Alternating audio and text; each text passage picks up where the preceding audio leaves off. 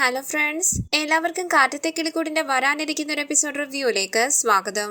ഈ റിവ്യൂ നിങ്ങൾക്ക് ഇഷ്ടമായെങ്കിൽ ലൈക്ക് ചെയ്തും സബ്സ്ക്രൈബ് ചെയ്തും സപ്പോർട്ട് ചെയ്യണേ. സുഭാഷിന്റെ ജാതകദോഷം കാരണമാണ് കിളിക്കൂട്ടിൽ സ്ത്രീകൾ വാഴാത്തതെന്നും സുഭാഷ് അവിടെ തന്നെ താമസിച്ചാൽ അനിയന്മാർക്ക് നല്ലൊരു ജീവിതം ഉണ്ടാകില്ല എന്നും ജോൺസൺ പറയുമ്പോൾ ഒരു കത്തെഴുതി വെച്ചിട്ട് രാത്രി വീട്ടിൽ നിന്നും പോവുകയാണ് സുഭാഷ്. എല്ലായിടത്തും സുധീഷും ഹരീഷും നികേഷും ഭാസ്കരനും അന്വേഷിക്കുന്നുവെങ്കിലും സുഭാഷിനെ കണ്ടെത്താൻ കഴിയുന്നില്ല. തുടർന്ന് നിധി പറഞ്ഞത് പ്രകാരം പോലീസ് സ്റ്റേഷനിൽ കംപ്ലൈന്റ് കൊടുക്കാൻ തീരുമാനിക്കുകയാണ് അവർ. സുധീഷും നിധിയും പോലീസ് സ്റ്റേഷനിലേക്ക് വന്ന് കംപ്ലൈന്റ് കൊടുക്കുമ്പോൾ സുഭാഷ് ജീവിതം അവസാനിപ്പിച്ചു കാണുമോ എന്ന് അവർ സംശയിക്കുകയാണ്. ഇത് കേട്ട് മനസ്സ് തകർന്ന് പൊട്ടിക്കരങ്ങിയ സുധീഷിനെ ആശ്വസിപ്പിച്ച് വീട്ടിലേക്ക് കൂട്ടിക്കൊണ്ടുവരികയാണ് നിധി. ഓട്ടോയിൽ വന്നിറങ്ങി വിഷമത്തോടുകൂടി സുധീഷ് അകത്തേക്ക് പോകുമ്പോൾ പിന്നാലെ പോവുകയാണ് നിധി. പുറത്തിരിക്കുന്ന ഭാസ്കരൻ അവരെ ശ്രദ്ധിക്കുന്നുണ്ട്. നികേഷ് ചോദിക്കുന്നു, ഏട്ടത്തി പോലീസുകാർ എന്ത് പറഞ്ഞു? അപ്പോൾ നിധി പറയുകയാണ്, കംപ്ലൈന്റ് കൊടുത്തു, സുഭാഷ് ഏട്ടന്റെ ഫോട്ടോയും കൊടുത്തിട്ടുണ്ട്. പോലീസ് അന്വേഷിച്ചിട്ട് വിവരം അറിയുകയാണെങ്കിൽ പറയാമെന്ന് പറഞ്ഞു. ഈ സമയം സുധീഷിന്റെ ഫോണിലേക്ക് ഒരു കോൾ വരികയാണ്. സുധീഷ് ഫോണിലേക്ക് നോക്കുമ്പോൾ നിധി ചോദിക്കുന്നു, ആരാ അത്? അപ്പൊ സുധീഷ് പറയുകയാണ്, അറിയില്ല, നമ്പർ മാത്രമാ വരുന്നത്. ഒരുപക്ഷെ സുഭാഷ് ഏട്ടൻ വേറെ നമ്പറിൽ നിന്നും ഫോൺ വിളിക്കുകയാണെങ്കിലോ? ഇത് കേട്ട് സുധീഷ് ഫോൺ അറ്റൻഡ് ചെയ്യുമ്പോൾ ഒരാൾ പറയുന്നു, സാർ ഞാൻ ബാങ്കിൽ നിന്നാ വിളിക്കുന്നത്, ലോൺ എന്തെങ്കിലും വേണോ? ദേഷ്യത്തോടു കൂടി സുധീഷ് പറയുന്നു, വെക്കടാ ഫോൺ. നിധി ചോദിക്കുന്നു, എന്തു പറ്റി സുധീഷേ, ആരാ വിളിച്ചത്? അപ്പൊ സുധീഷ് പറയുകയാണ്, ലോൺ വേണോ എന്ന് ചോദിക്കുന്നു. അപ്പൊ ഹരീഷ് പറയുകയാണ്, സുധീഷ് ഏട്ടാ ഞാൻ പോയി സുഭാഷ് ഏട്ടനെ അന്വേഷിക്കട്ടെ, എനിക്കിങ്ങനെ വീട്ടിലിരിക്കാൻ പറ്റുന്നില്ല. സുഭാഷ് ഏട്ടനില്ലാതെ ഈ വീട്ടിലിരിക്കാൻ തോന്നുന്നതേ ഇല്ല. സുധീഷ് ചോദിക്കുന്നു, നമ്മൾ എവിടെ പോയി അന്വേഷിക്കാനാടാ? നമ്മൾ എല്ലായിടത്തും അന്വേഷിച്ചില്ലേ? ഹരീഷ് ചോദിക്കുന്നു, അതുകൊണ്ട് എങ്ങനെ വീട്ടിലിരിക്കുക? ഞാൻ പോവാം, ഞാൻ എവിടെയെങ്കിലും ഒക്കെ പോയി അന്വേഷിക്കട്ടെ. അപ്പൊ സുധീഷ് പറയുകയാണ്, എടാ സുഭാഷ് ഏട്ടനെ അന്വേഷിച്ച് നീ എവിടെയെങ്കിലും പോകല്ലേടാ, പിന്നെ ഞങ്ങൾ നിന്നെ അന്വേഷിച്ച് നടക്കേണ്ടി വരും. അങ്ങനെ സുധീഷ് കണ്ണു നിറങ്ങി നിൽക്കുമ്പോൾ ഹരീഷ് പറയുന്നു, ഇല്ല സുധീഷ് ഏട്ടാ ഞാൻ പോയിട്ട് വരാം. അങ്ങനെ ഹരീഷ് ബൈക്കിൽ കയറി അവിടെ നിന്ന് പോകുമ്പോൾ കണ്ണു നിറങ്ങി അവിടേക്ക് ഇരിക്കുകയാണ് സുധീഷും നികേഷും. നിധിയും അവരുടെ അരികിലേക്ക് ഇരിക്കുന്നു. തുടർന്ന് അവിടേക്ക് വരികയാണ് ലളിതയും ഗംഗാധരനും. പുറത്തിരിക്കുന്ന ഭാസ്കരൻ അവരെ ശ്രദ്ധിക്കുമ്പോൾ വളരെ വിഷമത്തോടുകൂടി വാതിലിന്റെ അരികിലേക്ക് വരികയാണ് സുധീഷ്. സുധീഷിന്റെ കയ്യിലേക്ക് പിടിച്ച ഗംഗാധരൻ പറയുന്നു, വാ നമുക്ക് അകത്ത് പോയിരുന്ന് സംസാരിക്കാം. അങ്ങനെ അവർ സുധീഷിനെയും കൂട്ടി അകത്തേക്ക് കയറി വരുമ്പോൾ അവർക്ക് കസേര എടുത്തിട്ട് കൊടുക്കുകയാണ് നിധി. വിഷമത്തോടുകൂടി ഗംഗാധരനും ലളിതയും അവിടേക്ക് ഇരിക്കുന്നു. നിധി വെള്ളവുമായി അവിടേക്ക് വരുമ്പോൾ ഗംഗാധരൻ പറയുന്നു, വേണ്ട. അവൾ ലളിത പറയുകയാണ്, ഞങ്ങൾ അറിഞ്ഞു, അത് അന്വേഷിച്ചിട്ട് പോകാമെന്ന് കരുതി വന്നത്. ഗംഗാധരൻ ചോദിക്കുന്നു, സുഭാഷ് എവിടെ പോയതാ? അറിയില്ല എന്ന് നിധി പറയുമ്പോൾ ഗംഗാധരൻ ചോദിക്കുകയാണ്, എന്താ മോളെ ഇത്? അവനെന്താ കൊച്ചുകുട്ടിയാണോ ഇങ്ങനെ കാണാനില്ലെന്ന് പറഞ്ഞ എല്ലാവരും വിഷമിച്ചിരിക്കാൻ? പുറത്തൊരുത്തണ്ടിരിപ്പുണ്ടല്ലോ, അവൻ സുഭാഷിനെ തല്ലുകയോ മറ്റോ ചെയ്തോ? ഇല്ല, അങ്ങനെയൊന്നുമില്ല എന്ന് നിധി പറയുമ്പോൾ ലളിത ചോദിക്കുന്നു, നിങ്ങളുടെ ഇടയിൽ വഴക്ക് വല്ലതും ഉണ്ടായോ? അപ്പോൾ നികേഷ് പറയുകയാണ്, വഴക്കൊന്നുമില്ല, ജോർസൻ ഒരാൾ വന്നായിരുന്നു. അപ്പോൾ നിധി പറയുകയാണ്, സുഭാഷ് ഏട്ടന്റെ ജാതകം നോക്കി ആ ജോർസൻ പറഞ്ഞു സുഭാഷ് ഏട്ടന്റെ ദോഷം കാരണമാണ് ഈ വീട്ടിൽ നല്ലതൊന്നും നടക്കാത്തതെന്ന്. സുഭാഷ് ഏട്ടനെ അത് വല്ലാതെ വിഷമിപ്പിച്ചു. ഞങ്ങൾ എല്ലാവരും സുഭാഷ് ഏട്ടനെ സമാധാനിപ്പിക്കാൻ ശ്രമിച്ചു. പക്ഷേ രാത്രി സുഭാഷ് ഏട്ടൻ എവിടേക്കോ പോയി. രാവിലെ ഞങ്ങൾ എഴുന്നേറ്റപ്പോൾ സുഭാഷ് ഏട്ടൻ എവിടെയില്ല. ഒരു കത്ത് എഴുതി വെച്ചിട്ടാ പോയത്. അങ്ങനെ നിധി സുഭാഷ് എഴുതി വെച്ച കത്ത് അവരെ കാണിക്കുകയാണ്. കത്ത് വായിച്ചു നോക്കി ഗംഗാധരൻ പറയുന്നു, ഇതുകൊണ്ടാ ഞാൻ അന്നേ പറഞ്ഞത് ഈ വീട് ഒഴിഞ്ഞു പോകണമെന്ന്. ഈ വീട്ടിൽ താമസിക്കുന്നിടത്തോളം കാലം നിങ്ങൾക്കും നല്ലതൊന്നും വരില്ല, ഞങ്ങൾക്കും നല്ലതൊന്നും വരില്ല. ഈ വീടൊഴിഞ്ഞ് മറ്റേതെങ്കിലും വീട്ടിലേക്ക് മാറി താമസിച്ചാൽ നിങ്ങളുടെ ജീവിതത്തിലും ഞങ്ങളുടെ ജീവിതത്തിലും നല്ലത് നടക്കും. ലളിത ചോദിക്കുന്നു, എന്താ ചേട്ടാ ഇത്? ഇപ്പോഴാണോ ഇതൊക്കെ പറയുന്നത്? അത് വിട്. ഇതറിഞ്ഞപ്പോ ഞങ്ങൾക്ക് വിഷമം തോന്നി, അതാ അന്വേഷിക്കാമെന്ന് കരുതി വന്നത്. സുഭാഷ് ജോലി ചെയ്യുന്ന സ്ഥലത്ത് പോയി അന്വേഷിച്ചായിരുന്നോ? അപ്പൊ സുധീഷ് പറയുകയാണ്, ഞങ്ങൾ എല്ലായിടത്തും അന്വേഷിച്ചു, സുഭാഷ് ഏട്ടൻ അവിടെ എങ്ങുമില്ല.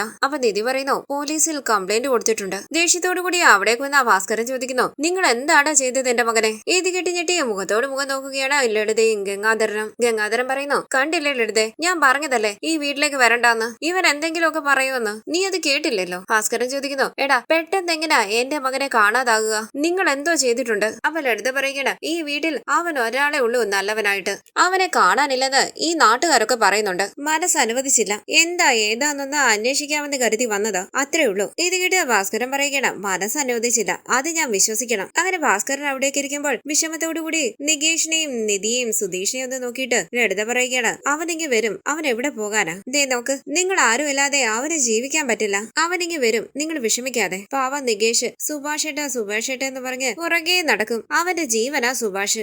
ഇത് കിട്ടി സുധീഷ് നികേഷിന്റെ അരികിലേക്ക് വന്ന് കയ്യിലേക്ക് പിടിക്കുമ്പോൾ ലളിത നിധിയുമായി സംസാരിക്കുകയാണ്. ഇതെല്ലാം കണ്ട് ഒന്നും മിണ്ടാതെ കുനിഞ്ഞിരിക്കുകയാണ് ഭാസ്കരൻ. വിഷമത്തോടുകൂടി ഭാസ്കരനെ ഒന്ന് നോക്കിയിട്ട് പുറത്തേക്ക് ഇറങ്ങി നിൽക്കുകയാണ് ഗംഗാധരൻ. തുടർന്ന് രാത്രി ഹരീഷിനെ കാണാതെ ടെൻഷനോടുകൂടി ഇരിക്കുകയാണ് സുധീഷും ഭാസ്കരനും നിധിയും നികേഷും. ഭയത്തോടുകൂടി സുധീഷ് മനസ്സിൽ പറയുന്നു, എന്താ ഹരീഷിനെ ഇതുവരെ കാണാത്തത്? തകർന്നിരിക്കുന്ന നികേഷിന്റെ കയ്യിൽ പിടിച്ചുകൊണ്ട് നിധി പറയുന്നു, നികേഷ് സുഭാഷ് ഏട്ടൻ വരും, സുഭാഷ് ഏട്ടന് ഒരു ദിവസം പോലും നമ്മളെ വിട്ട് ജീവിക്കാൻ കഴിയില്ല, സുഭാഷ് ഏട്ടൻ മടങ്ങി വരും. അപ്പൊ സുധീഷ് പറയുന്നു, എടാ നികേഷ്, രാവിലെ മുതൽ രാത്രി വരെ സുഭാഷ് ഏട്ടന് നമ്മളെ കാണാൻ കാണാതിരിക്കാൻ പറ്റില്ല. നമ്മളെ കാണാനായി സുഭാഷേട്ടൻ വരും. സുധീഷിന്റെ അരികിലേക്ക് വന്ന നിധി പതിയെ പറയുന്നു, സുധീഷ്, എനിക്ക് നികേഷിനെ കാണുമ്പോൾ പേടി തോന്നുവാ. അവന് വിഷമം വന്നാൽ എപ്പോഴും അവൻ കരയാറുണ്ട്. പക്ഷേ ഇപ്പൊ അവൻ കരയുന്നില്ല. കണ്ടില്ലേ, എന്തൊക്കെയോ ആലോചിച്ചിരിക്കുക. സുഭാഷേട്ടൻ തിരിച്ചു വന്നില്ലെങ്കിൽ അവന് താങ്ങാൻ കഴിയില്ല. അപ്പൊ സുധീഷ് പറയുകയാണ്, സുഭാഷേട്ടൻ തിരിച്ചു വന്നില്ലെങ്കിൽ എനിക്കും താങ്ങാൻ പറ്റുമെന്ന് തോന്നുന്നില്ല. ഒരുപക്ഷെ ഇയാള് പറഞ്ഞതുപോലെ സുഭാഷേട്ടൻ തോന്നിയാലേ വരത്തുള്ളൂ. നമുക്ക് കണ്ടെത്താൻ പറ്റില്ലേ?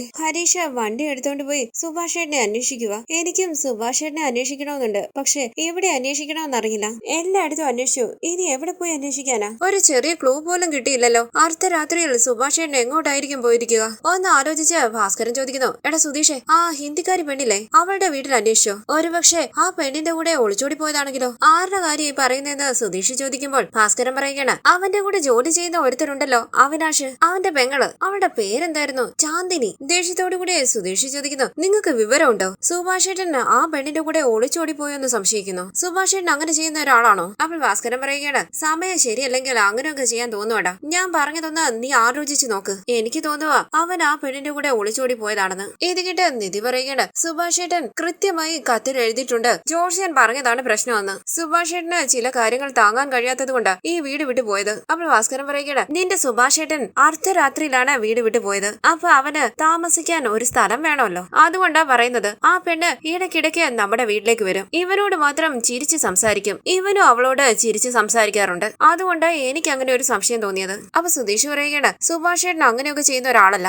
ഞങ്ങളെ വിഷമിപ്പിക്കുന്നത് പോലെ സുഭാഷേട്ടൻ ഒന്നും ചെയ്യില്ല. അപ്പൊ ഭാസ്കരൻ പറയുകയാണ്, ചെയ്യില്ല അത് നീ പറയുന്നു, പക്ഷെ ചെയ്താലോ? ഈ കാര്യം പല ആംഗിളിൽ ആലോചിച്ച് നോക്കണം. ഞാൻ അങ്ങനെ ആലോചിച്ചത് കൊണ്ടാ പറയുന്നത്. അപ്പൊ സുധീഷ് പറയുകയാണ്, ആരെ കുറിച്ചും ചിന്തിക്കാതെ ഒരു പെണ്ണിന്റെ കൂടെ ഒളിച്ചോടി പോകുന്ന ആളല്ല സുഭാഷേട്ടൻ. നിങ്ങൾ അങ്ങനെയൊക്കെ ചിന്തിക്കുമായിരിക്കും, പക്ഷെ സുഭാഷേട്ടൻ അങ്ങനെ ചെയ്യില്ല. അപ്പൊ നിധി പറയുകയാണ്, ദയവ് ചെയ്ത് ഇങ്ങനെയൊന്നും പറയണ്ട, അച്ഛൻ പോയി അവിടെ ഇരിക്ക്, ഞങ്ങൾ നോക്കിക്കോളാം ഈ കാര്യം. അപ്പോൾ ഭാസ്കരൻ പറയുകയാണ്, മോളെ, എന്റെ പ്രായത്തിന്റെ അനുഭവം കൊണ്ട് പറഞ്ഞതാ. ഞാൻ പറഞ്ഞത് കേട്ടാൽ എന്താ, കേട്ടില്ലെങ്കിൽ എന്താ, എനിക്കൊന്നുമില്ല എന്ന് പറഞ്ഞ ഭാസ്കരൻ അവിടേക്ക് പോയിരിക്കുകയാണ്. സുധീഷിനെ ഒന്ന് നോക്കിയിട്ട് നികേഷിന്റെ അരികിലേക്ക് പോയിരിക്കുകയാണ് നിധി. പെട്ടെന്ന് സുധീഷ് ഓർക്കുകയാണ്, ഭാസ്കരൻ ചാന്ദിനിയെ കുറിച്ച് പറഞ്ഞതും വഴിയിൽ വെച്ച് അവിനാഷിനെ കണ്ട് സുഭാഷിനെ അന്വേഷിച്ചതും. സുധീഷ് ചോദിച്ചു, ഭയ്യ, സുഭാഷേട്ടനെ രാവിലെ മുതൽ കാണുന്നില്ല, എവിടാണെന്ന് അറിയാമോ? അപ്പൊ അവിനാഷ് പറഞ്ഞു, എനിക്കറിയില്ല ഭയ്യ. സുഭാഷ് ഭയ്യ സൈഡിലേക്ക് വന്നാൽ ഞാൻ ഭയ്യയെ വിളിക്കാം. തുടർന്ന് കണ്ണീര് തുടച്ച് സുധീഷ് മനസ്സിൽ പറയുകയാണ്, ഒരുപക്ഷെ സുഭാഷേട്ടൻ അവിനാഷിന്റെ വീട്ടിൽ പോയി കാണുമോ? ഇന്ന് ഞാൻ അവിനാഷിനെ കണ്ടതാണല്ലോ. സുഭാഷേട്ടനെ കാണാനില്ല എന്ന് പറഞ്ഞിട്ടും ഒരു ടെൻഷനും ഇല്ലായിരുന്നോ അവിനാഷിന്റെ മുഖത്ത്? സുഭാഷേട്ടൻ അവിടെ തന്നെ കാണുമോ? അങ്ങനെ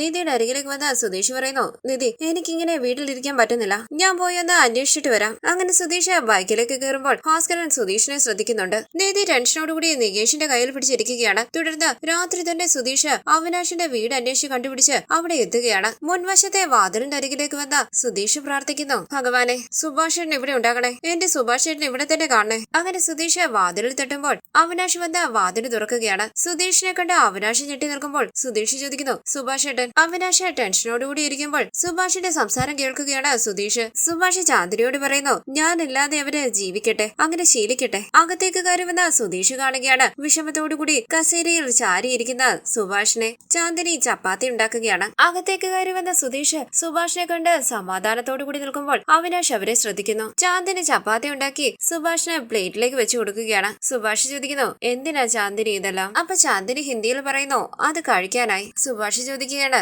ഞാൻ ചെയ്തത് ശരിയല്ലേ ചാന്ദിനി? അനുജന്മാര് സുഖമായിട്ട് ജീവിക്കണ്ടേ, അതുകൊണ്ടാ ഞാൻ കൂടുതലൊന്നും ആലോചിക്കാതെ വീട്ടിൽ നിന്ന് ഇറങ്ങിയത്. ഈ ഭക്ഷണം കാണുമ്പോ പോലും എനിക്ക് എന്റെ അനുജന്മാരെ ഓർമ്മ വരുന്നത്. അവര് കഴിച്ചോ ഇല്ലയോ അതൊന്നും അറിയാൻ പറ്റുന്നില്ലല്ലോ. അങ്ങനെ ആ ഭക്ഷണം അവിടേക്ക് വെച്ച് സുഭാഷ് പറയുന്നു, എന്നെ ഉറപ്പായിട്ടും അവർ അന്വേഷിക്കും. അന്വേഷിച്ചാലും സാരമില്ല, കുറച്ചുനാൾ കഴിയുമ്പോൾ എല്ലാം ശരിയാകും. അവരുടെ എല്ലാവരുടെയും കല്യാണം കഴിഞ്ഞ് സന്തോഷമായിട്ട് ജീവിക്കട്ടെ. ഉറപ്പായിട്ടും അവരെന്നെ മറന്ന് ജീവിക്കാൻ തുടങ്ങില്ലേ ചാന്ദിനി? ദേഷ്യത്തോടുകൂടി സുധീഷ് പറയുന്നു, ജീവിച്ചു തുടങ്ങി. സുഭാഷും ചാന്ദിനിയും ഞെട്ടി സുധീഷിനെ നോക്കുമ്പോൾ കരഞ്ഞുകൊണ്ട് സുഭാഷ് ഏട്ടാന്ന് വിളിച്ച് അരികിലേക്ക് വരികയാണ് സുധീഷ്. സുധീഷ് എന്ന് വിളിച്ച വിഷമത്തോടുകൂടി സുഭാഷ് അവിടെ വന്ന് എഴുന്നേൽക്കുമ്പോൾ സുധീഷ് ചോദിക്കുന്നു, സുഭാഷൻ എന്തേ ചെയ്തത്? രാവിലെ മുതൽ സുഭാഷനെ അന്വേഷിക്കാത്ത സ്ഥലമില്ല. സുഭാഷൻ ഇവിടെ വന്നിരിക്കുകയായിരുന്നോ? ഞങ്ങളെ കുറിച്ചൊക്കെ ഓർത്ത് സുഭാഷേട്ടന് ഒരു വിഷമവും ഇല്ലല്ലേ? എന്തിനാ സുഭാഷേട്ടൻ ഇങ്ങനെ ചെയ്തത്? അങ്ങനെയൊന്നും ഇല്ലടാ സുധീഷ് എന്ന് സുഭാഷ് കണ്ണുതിറങ്ങി പറയുമ്പോൾ കരഞ്ഞുകൊണ്ട് സുധീഷ് പറയുകയാണ്, പോ സുഭാഷേട്ടാ, ഞങ്ങള് സുഭാഷേട്ടനെ എവിടെയൊക്കെ അന്വേഷിച്ചെന്നറിയുമോ? ഭ്രാന്ത് പിടിച്ചതുപോലെ ആയിരുന്നു. ഇത് കേട്ട് വിഷമത്തോടുകൂടി മുഖത്തോട് മുഖം നോക്കുകയാണ് അവിനാഷും ചാന്ദിനിയും. സുധീഷ് പറയുകയാണ്, ഞങ്ങൾ ഭ്രാന്ത് പിടിച്ചതുപോലെ സുഭാഷേട്ടനെ അന്വേഷിക്കുമ്പോൾ സുഭാഷേട്ടൻ ഇവിടെ വന്നിരിക്കുകയായിരുന്നു. സുഭാഷേട്ടൻ എന്തിനാ ഇങ്ങനെയൊക്കെ ചെയ്തത്? കണ്ണുതിറങ്ങിയ സുഭാഷ് പറയുന്നു, കരയല്ലേടാ സുധീഷ്, ഞാൻ പറയുന്ന ഒന്ന് കേൾക്ക്. കൈ തട്ടി മാറ്റി കരഞ്ഞുകൊണ്ട് സുധീഷ് പറയുന്നു, പറയുന്നു, മാറി നിൽക്ക് സുഭാഷ് ഏട്ടാ, വേണ്ട, എന്റെ അടുത്തേക്ക് വരണ്ട.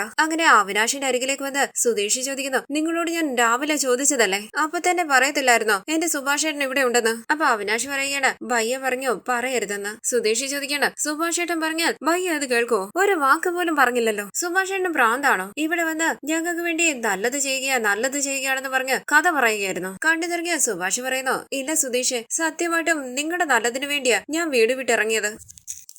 സുധീഷ് ചോദിക്കുന്നു, സുഭാഷ് ഏട്ടനില്ലാതെ ഞങ്ങൾക്ക് എന്ത് നല്ലത് വരാനാ? പോ സുഭാഷ് ഏട്ടാ. അപ്പോൾ സുഭാഷ് പറയണ, എടാ സുധീഷ് കരയാതടാ, പോ സുഭാഷ് ഏട്ടാ എന്ന് പറഞ്ഞ് സുധീഷ് കൈ തട്ടി മാറ്റുമ്പോൾ സുധീഷിന്റെ കവളിൽ പിടിച്ചുകൊണ്ട് സുഭാഷ് പറയുന്നു, സുധീഷ് കരയില്ലടാ. പൊട്ടിക്കരഞ്ഞ് സുധീഷ് സുഭാഷിനെ കെട്ടിപ്പിടിക്കുകയാണ്. സുഭാഷും കരഞ്ഞുകൊണ്ട് സുധീഷിനെ ചേർത്ത് പിടിക്കുന്നു. ഇത് കണ്ട് കണ്ണു നിറഞ്ഞ് അവരെ തന്നെ നോക്കി നിൽക്കുകയാണ് ചാന്ദിനിയും അവിനാശും. കരയില്ലടാ സുധീഷ് എന്ന് സുഭാഷ് പറയുമ്പോൾ സുധീഷ് പറയുകയാണ്, ഞങ്ങളുടെ എല്ലാവരുടെയും ജീവൻ പോയി സുഭാഷ് ഏട്ടാ, ഞങ്ങൾ എങ്ങനെ സുഭാഷ് ഏട്ടനില്ലാതെ ജീവിക്കുക? അപ്പോൾ സുഭാഷ് പറയുകട, അതല്ലടാ സുധീഷ്, ആ ജോർസിൻ അങ്ങനെ പറഞ്ഞില്ലേ? അപ്പൊ സുധീഷ് പറയുകട, ആ ജോർസിനെ കുറിച്ച് മിണ്ടി പോകരുത്. അയാൾ പറഞ്ഞാൽ ഉടനെ സുഭാഷ് ഏട്ടൻ വീട് വിട്ടിറങ്ങണോ? ഞങ്ങളെ കുറിച്ചൊന്നും ആലോചിക്കുക പോലും ഇല്ലേ സുഭാഷ് ഏട്ടൻ? സുഭാഷ് ഏട്ടനെ ഞങ്ങൾ അന്വേഷിക്കാത്ത സ്ഥലമില്ല. എന്തു വന്നാലും ഒരു പ്രശ്നമില്ല എന്ന് പറഞ്ഞിരിക്കുന്ന ഒരാളില്ലേ നമ്മുടെ വീട്ടിൽ, നമ്മുടെ അച്ഛൻ പോലും ഭയന്നുപോയി എല്ലായിടത്തും സുഭാഷ് ഏട്ടനെ അന്വേഷിക്കുകയായിരുന്നു. നികേഷിന്റെ ഇരിപ്പ് കണ്ടാൽ സഹിക്കില്ല. നിധി പോലും ഒരു ഭാഗത്ത് പോയിരുന്ന ആരും കാണാതെ കരയുക. ഹരീഷ് രാത്രിയെന്നോ പകലെന്നോ ഇല്ലാതെ ഭ്രാന്ത് പിടിച്ചതുപോലെ സുഭാഷ് ഏട്ടനെ അന്വേഷിച്ച് അലഞ്ഞുകൊണ്ടിരിക്കുക. ഞങ്ങൾ എല്ലാവരും സുഭാഷ് ഏട്ടനെ കാണാതെ വിഷമിക്കുമെന്ന് പോലും ചിന്തിച്ചില്ലല്ലോ സുഭാഷ് ഏട്ടൻ. കരഞ്ഞോണ്ട് സുഭാഷ് പറയുന്നു,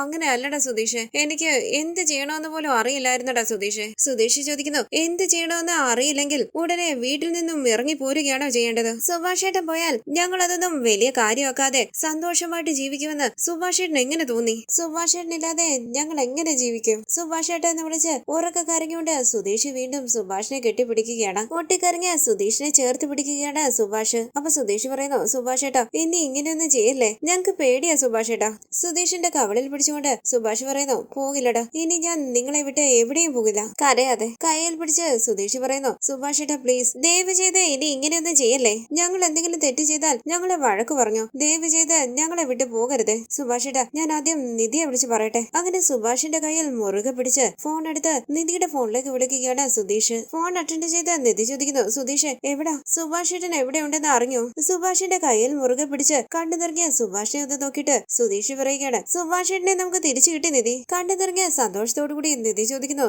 സത്യമാണോ? സുഭാഷ് ഏട്ടൻ എവിടെയായിരുന്നു? അപ്പോൾ സുധീഷ് പറയുകയാണ്, സുഭാഷ് ഏട്ടനെയും കൂട്ടി വീട്ടിലേക്ക് വന്നിട്ട് ഞാൻ എല്ലാം പറയാം. നിധി നികേഷിനോടും ഹരീഷിനോടും ഇത് പറ. പാവം എവിടെയൊക്കെയോ സുഭാഷ് ഏട്ടനെ അന്വേഷിച്ച് നടക്കുക. ഞാൻ സുഭാഷ് ഏട്ടനെയും കൂട്ടി വീട്ടിലേക്ക് വരുവാണെന്ന് പറ. ശരി ഞാൻ പറയാന്ന് പറഞ്ഞ് നിധി ഫോൺ കട്ട് ചെയ്ത് നികേഷ് എന്ന് വിളിച്ച് അകത്തേക്ക് ഓടി പോവുകയാണ്. സുഭാഷ് പറയുന്നു, സുധീഷ് നിധി കരഞ്ഞോണ്ടാണല്ലോ സംസാരിച്ചത്, പാവം. സുധീഷ് ചോദിക്കുന്നു, പാവോ? ഓരോന്ന് ചെയ്തു വെച്ചിട്ട് പാവമാണെന്ന് പറയുന്നു. അപ്പൊ സുഭാഷ് പറയണ, സുധീഷ് സോറിയടാ, നിങ്ങളെയൊക്കെ വിഷമിപ്പിക്കാൻ വേണ്ടിയല്ല ഞാൻ ഇങ്ങനെ ചെയ്തത്. അപ്പൊ സുധീഷ് പറയണ, സുഭാഷ് ഏട്ടന്റെ സോറി എടുത്ത് വലിച്ചെറി, വാ നമുക്ക് വീട്ടിലേക്ക് പോകാം. അങ്ങനെ സുഭാഷിന്റെ കൈ വിടാതെ ചേർത്ത് പിടിച്ചുകൊണ്ട് സുധീഷ് പുറത്തേക്ക് പോവുകയാണ്. അവിനാശും ചാന്ദിനിയും പിന്നാലെ വരുന്നു. പുറത്തേക്ക് ഇറങ്ങിയ സുധീഷ് പറയുന്നു, വാ സുഭാഷ് ഏട്ടാ നമുക്ക് പോകാം. പോയിട്ട് വരാന്ന് പറഞ്ഞ അവിനാശിനെയും ചാന്ദിനിയെയും നോക്കി തലയാട്ടി സുധീഷിന്റെ ഒപ്പം അവിടെ നിന്ന് പോവുകയാണ് സുഭാഷ്. ചാന്ദിനിയും അവിനാശും വിഷമത്തോടുകൂടി മുഖത്തോട് മുഖം നോക്കുമ്പോൾ ബൈക്കിലേക്ക് കയറിയിരുന്ന സുധീഷ് പറയുന്നു, സുഭാഷ് ഏട്ടാ കയറിയിരിക്കെ. സുഭാഷ് സുധീഷിന്റെ ബൈക്കിന്റെ പിന്നിലേക്ക് കയറിയിരിക്കുകയാണ്. തുടർന്ന് സുഭാഷിനെ കൂട്ടി സുധീഷ് കിളിക്കൂട്ടിലേക്ക് വരികയാണ്. വാതിലിന്റെ അരികിലേക്ക് വന്ന നിധി സന്തോഷത്തോടു കൂടി ഉറക്കെ പറയുന്നു, നികേഷ് സുഭാഷ് ഏട്ടൻ വന്നു. ഇത് കേട്ട് നികേഷും ഹരീഷും അവിടെ കൂടി വരുന്നു. സുഭാഷിന്റെ കൈയും പിടിച്ച് സുധീഷ് അവരുടെ അരികിലേക്ക് വരുമ്പോൾ സുഭാഷ് ഏട്ടാന്ന് വിളിച്ച് പൊട്ടിക്കരഞ്ഞ് സുഭാഷിനെ കെട്ടിപ്പിടിക്കുകയാണ് നികേഷ്.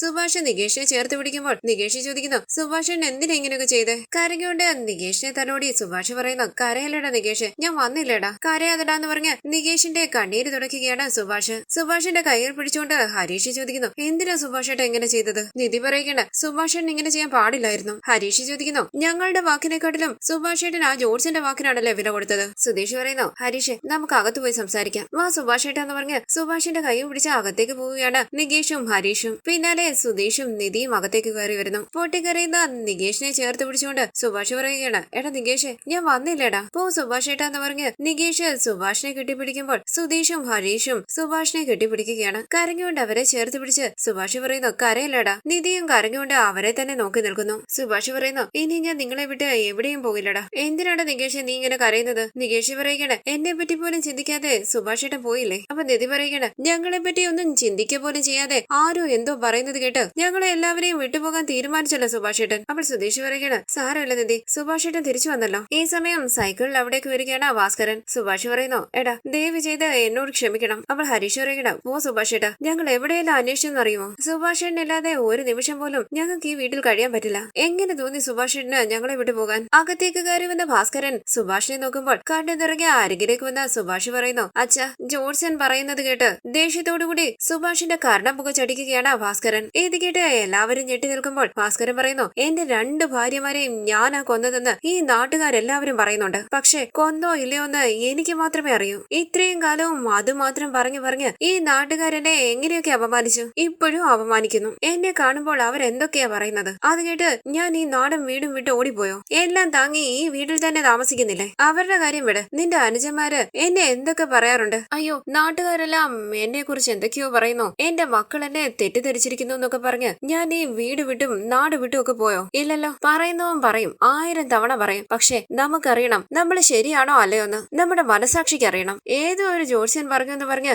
ഉടുതുണിയോടുകൂടി അവൻ അർദ്ധരാത്രിക്ക് വീട് വിട്ടിറങ്ങി പോയിരിക്കുന്നു. നന്നായിട്ടുണ്ടടാ. ആ ജോത്സ്യൻ ഒരു ഭ്രാന്തനാടാ. അവൻ പറഞ്ഞ ഉടനെ വീട് വിട്ടു പോണോ? വീട് വിട്ടു പോകാൻ കണ്ട പ്രായം അതല്ല അച്ഛന്ന് സുഭാഷ് പറയുമ്പോൾ പോടാന്ന് പറഞ്ഞ് ഭാസ്കരൻ പുറത്തേക്ക് പോയി ഇരിക്കുകയാണ്. സുഭാഷിന്റെ കവളിൽ പിടിച്ചുകൊണ്ട് സുധീഷ് ചോദിക്കുന്നു, അച്ഛനടിച്ചത് വേദനിച്ചോ? സാരമില്ല സുഭാഷ് ഏട്ടൻ, ഇത് വേണമായിരുന്നു. ഞങ്ങൾ എല്ലാവരും സുഭാഷ് ഏട്ടന്റെ അനുജന്മാരായി പോയി. അല്ലെങ്കിൽ ഇതേപോലെയുള്ള അടി സുഭാഷ് ഏട്ടന് ഞങ്ങളുടെ കയ്യിൽ നിന്നും കിട്ടിയനെ. അപ്പൊ നിധി പറയുകയാണ്, സുഭാഷ് ഏട്ടാ ഇവിടെ ഇരിക്ക്. സുഭാഷ് ഏട്ടൻ വാ ഇരിക്കെന്ന് പറഞ്ഞ് സുധീഷും ഹരീഷും കൂടി സുഭാഷിന്റെ കയ്യിൽ പിടിച്ച് അവിടേക്ക് ഇരുത്തുകയാണ്. നികേഷും അരികിലേക്ക് വന്നിരിക്കുന്നു. അവർക്ക് എല്ലാവർക്കും വെള്ളം കൊണ്ട് കൊടുക്കുകയാണ് നിധിയും വെള്ളം എടുത്ത് കുടിക്കുന്നു. സുഭാഷ് എല്ലാവരെയും ശ്രദ്ധിക്കുമ്പോൾ നിധി പറയുകയാണ്, രാവിലെ മുതൽ ആരും ഒരു തുള്ളി വെള്ളം പോലും കുടിച്ചിട്ടില്ല. ഭയങ്കര ദാഹം. പൊട്ടിക്കറിഞ്ഞ സുഭാഷ് പറയുന്നു, സോറി മോളെ, സോറിടാ, ഇങ്ങനെയൊക്കെ ഉണ്ടാകുമെന്ന് ഞാൻ ചിന്തിച്ചതേ ഇല്ലടാ. അങ്ങനെ സുഭാഷ് എല്ലാവരോടും മാപ്പ് പറയുകയാണ്. ഈ സീരിയലിന്റെ കൂടുതൽ വീഡിയോസിനായി ചാനൽ സബ്സ്ക്രൈബ് ചെയ്ത് സപ്പോർട്ട് ചെയ്യണേ. താങ്ക്